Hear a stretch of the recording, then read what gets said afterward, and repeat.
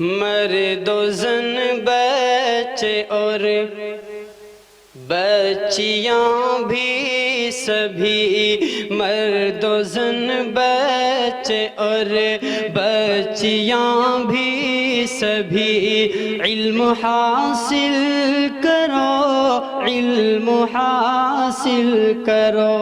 جی بہت اچھے، سبحان اللہ۔ مرد و زن بچے اور بچیاں بھی سبھی، علم حاصل کرو، علم حاصل کرو۔ یہی فرمان رب، یہی قول نبی، یہی فرمان رب، یہی قول نبی، علم حاصل کرو، علم حاصل کرو۔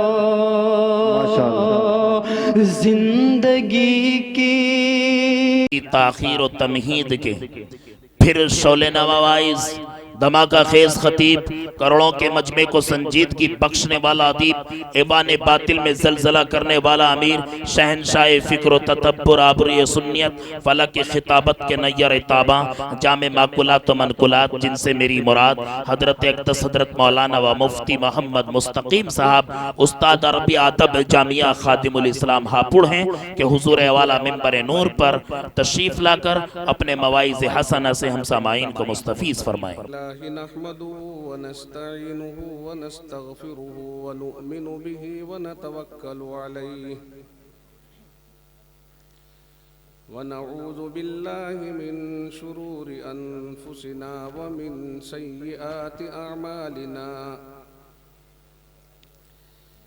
من يهده الله فلا مضل له ومن يضلله فلا هادي له ونشهد أن لا إله إلا الله وحده لا شريك له ونشهد أن سيدنا ومولانا محمدًا عبده ورسوله وصلى الله تعالى على خير خلقه محمد وآله وأصحابه وسلم تسليما كثيرا كثيرا أما بعد أعوذ بالله من الشيطان الرجيم بسم الله الرحمن الرحيم يا أيها الذين آمنوا إنما الخمر والميسر والأنصاب والأزلام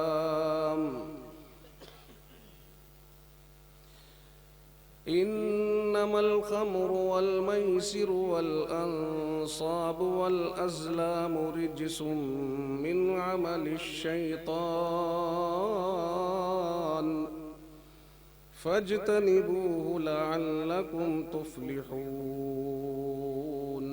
صدق الله مولانا العظيم۔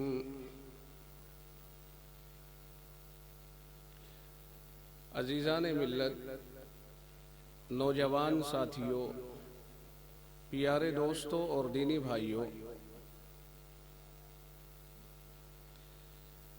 عام طور سے ایسا ہو جاتا ہے کہ ہم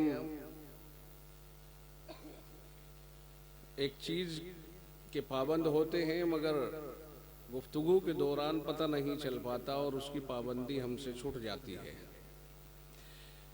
اس لیے میں ثاقب بھائی کو اس کا پابند بناتا ہوں کہ وہ مجھے وقت ہونے پر اشارہ کریں اور 40 منٹ سے 1 سیکنڈ بھی اوپر نہ اترنے دیں۔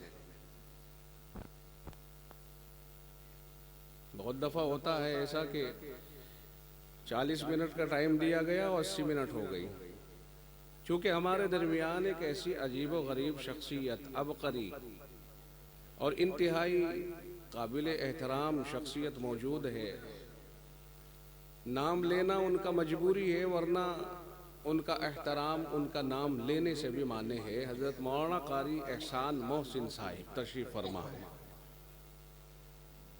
آپ دیکھ رہے ہو سامنے، ہو سکتا ہے جنہوں نے کئی دفعہ دیکھا ہو ان کی نظر پہلے ہی ان کے اوپر پڑ گئی ہو، اور جنہوں نے ہو سکے پہلی بار دیکھا ہو وہ ایک دوسرے سے پوچھیں گے بھئی کون ہے وہ؟ ہندوستان کی شان، بان، آن، فخر و ناز، پگڑی اور دستار ہیں وہ۔ اگر دنیا کے اندر ہم یہ کہیں کہ مولانا قاری احسان محسن صاحب، تو پھر ہندوستان کا سر بلند ہوتا ہے۔ صرف ان کا نام لینا ہی سر بلندی کی ضمانت، اور اگر ہم ہندوستان میں ان کا نام لے کہیں تو پھر اتر پردیش کا سر بلند ہوتا ہے، اور اگر ہم اتر پردیش میں کہیں ان کا نام لیں تو پھر مظفر نگر کا نام بلند ہوتا ہے، اور اگر ہم مظفر نگر میں کہیں ان کا نام لیں تو پھر کوٹیسرا جو ان کا گاؤں ہے، آبائی وطن ہے، اس کا سر بلند ہو جاتا ہے، اور اگر ہم کوٹیسرے کا نام کہیں لیں ان کے نام کے ساتھ تو پھر ان کے خاندان کا نام روشن ہو جاتا ہے، اور اگر ان کے خاندان کا ان کے نام کے ساتھ ذکر کریں تو ان کے والدین کا نام سر بلند ہوتا ہے جنہوں نے اس شخصیت کو جنم دیا ہے۔ اللہ تعالیٰ ان کا سایہ عاطفت دیر تک قائم رکھے اور ان کو نظر ابد سے محفوظ رکھے۔ جو آواز 15 سال کے بچے کی ہوتی ہے وہی آواز اس 60 سال سے اوپر مرد آہن کی ہے۔ یہ ہے اللہ کی طرف سے انعام و عطا، جس کو مل جائے ذالک فضل اللہ یؤتیہ من یشاء، یہ اللہ کا فضل ہے، وہ جسے چاہے دیتا ہے، وما ذالک علی اللہ بعزیز، اور اللہ کے اوپر یہ کوئی بھاری کام نہیں ہے۔